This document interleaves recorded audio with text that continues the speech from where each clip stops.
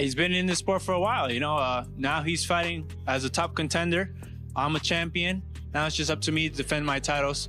I think he's no pushover. He's there for a reason. He's top contender for a reason, and we plan to show everybody. Sebastian Fundora pushed back strongly against the idea that he has been ducking Jaron "Boots" Ennis, saying his side has never received an official offer for the matchup. On Boxing Scene Today, Robert Garcia, who trains Ennis rival Virgil Ortiz Jr., identified Fundora as a serious backup option if the long-discussed Ortiz fight falls apart. Garcia made it clear that his team would welcome the Fundora fight, pointing out that Fundora, just like Ortiz, holds a legitimate world title. Or Fundora don't happen, well then we got to move on and continue fighting and keep them busy and continue doing our thing. But no, we want those fights.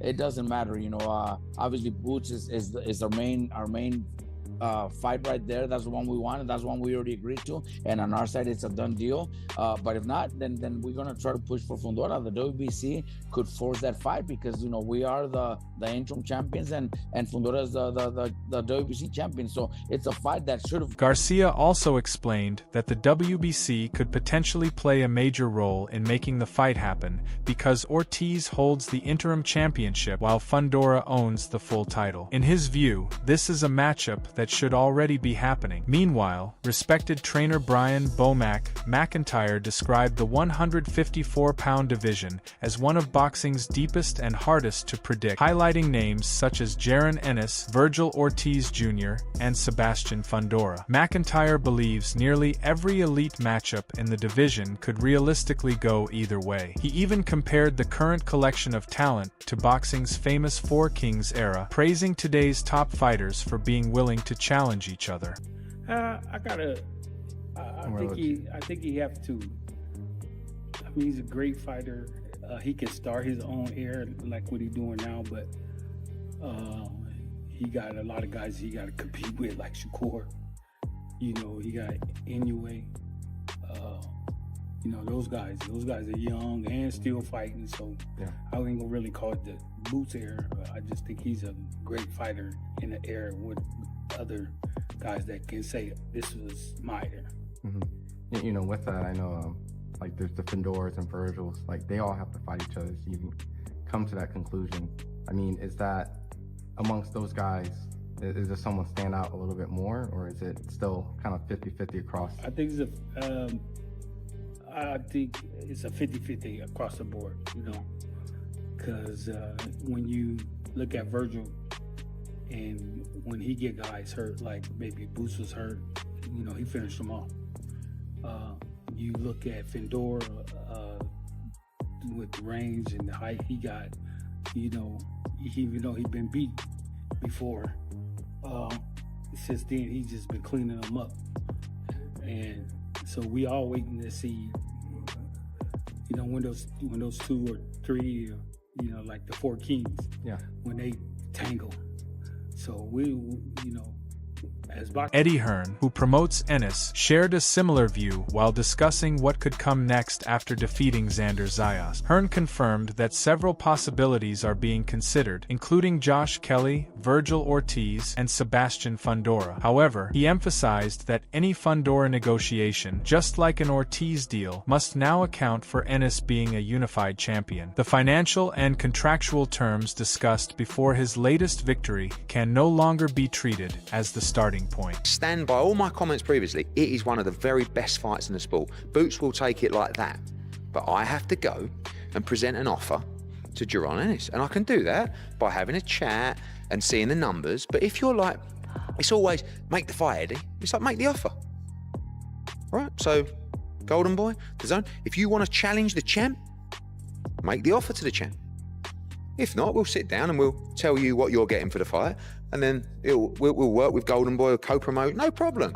But respect what he's done, respect the situation, and respect that today's price is not. Speaking on the Porter Way podcast, Shawn Porter praised the development he has seen in Fundora, especially after the towering southpaw defeated Keith Thurman. Porter pointed to that performance as evidence that Fundora is finally learning how to actively use his extraordinary height and reach instead of simply having those physical advantages. Keith Thurman, that last fight, it showed me that he really is embracing his size now, the getting reach. experience now.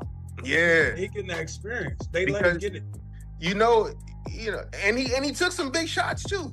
That chin, like he got the knockout, the one knockout that he had. Brian Mendoza. I'm sorry, my daughter keep calling me. You good? Yeah. So and then Keith Thurman is a big puncher, and he took some shots, and he just fought on the outside and just made it look easy. I think that the way he's fighting right now. Porter explained that Fundora was able to take some of Thurman's best shots while still controlling the contest with his long frame. In his opinion, Fundora has developed into a much more dangerous fighter than he was earlier in his career. Although the conversation centered largely on a possible Ennis versus Ortiz matchup, it also showed why Fundora is receiving so much attention. Porter and his co-hosts viewed Fundora, Ortiz, and Ennis as genuine 50-50 elite fighters at 154 pounds, with each waiting for the biggest names in the division to finally meet. Ortiz or Fundora? Call me crazy and saying all that. Number one, they have the game plan, but I still think that talent is so superior. Like he said, it's a, and I know this from my own experience. There's a different speed on the outside than when you actually get in the ring and do it. I was one of those guys that everybody felt like they could game plan for me, but they didn't understand how quick I actually was. They didn't understand how explosive I actually was able to get my way with just about everybody I was in the ring with, because on the outside looking in, it's just a little bit different, so I still think he beats Fundora. On a recent episode of the Angry Man podcast, Greg suggested that Fundora's camp may have become interested in the Ennis matchup after watching Ennis struggle during the third round against Zaya. He believed Fundora's team could have viewed those moments as an opportunity, especially before Ennis had the chance to correct those weaknesses and become even sharper. As it relates to wanting to unify the division and feeling he's the best and willing to face and fight anybody. Yeah, it depends on, who sent the offer. Who cares? The reason I say that because Fundora's team they said they'd fight anyone, but now this. Greg also said Josh Kelly seemed like the more logical next opponent for Ennis because of their shared promotional connection, assuming Kelly first gets through his upcoming assignment. Still, he made it clear that he would have no problem with Fundora becoming the chosen opponent if negotiations move in that direction. Let's get in there real fast, but I like it. I really do like it. I don't know if it's going to come into fruition.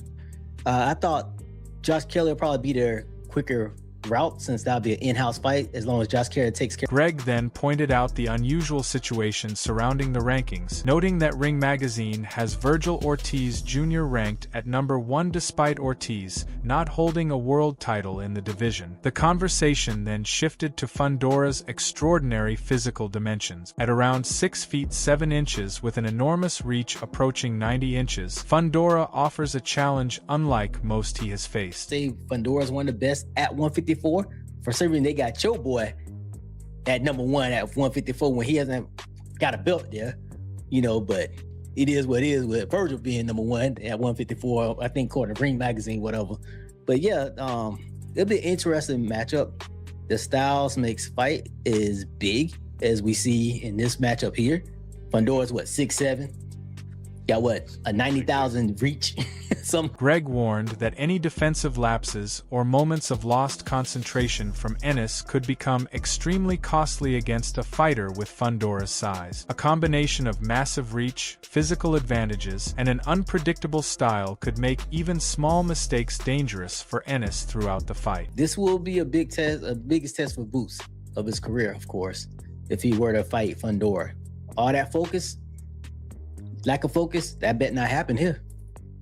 He gonna be sleep. Jason agreed with some of that assessment, but emphasized one principle he has always believed in: styles determine fights. Music. He rejected the idea that simply possessing more physical or technical weapons automatically means one fighter will win. Jason argued that Ennis already has the skills and style needed to cause Fundora serious problems, while Fundora himself has shown weaknesses in recent performances that he still needs to eliminate.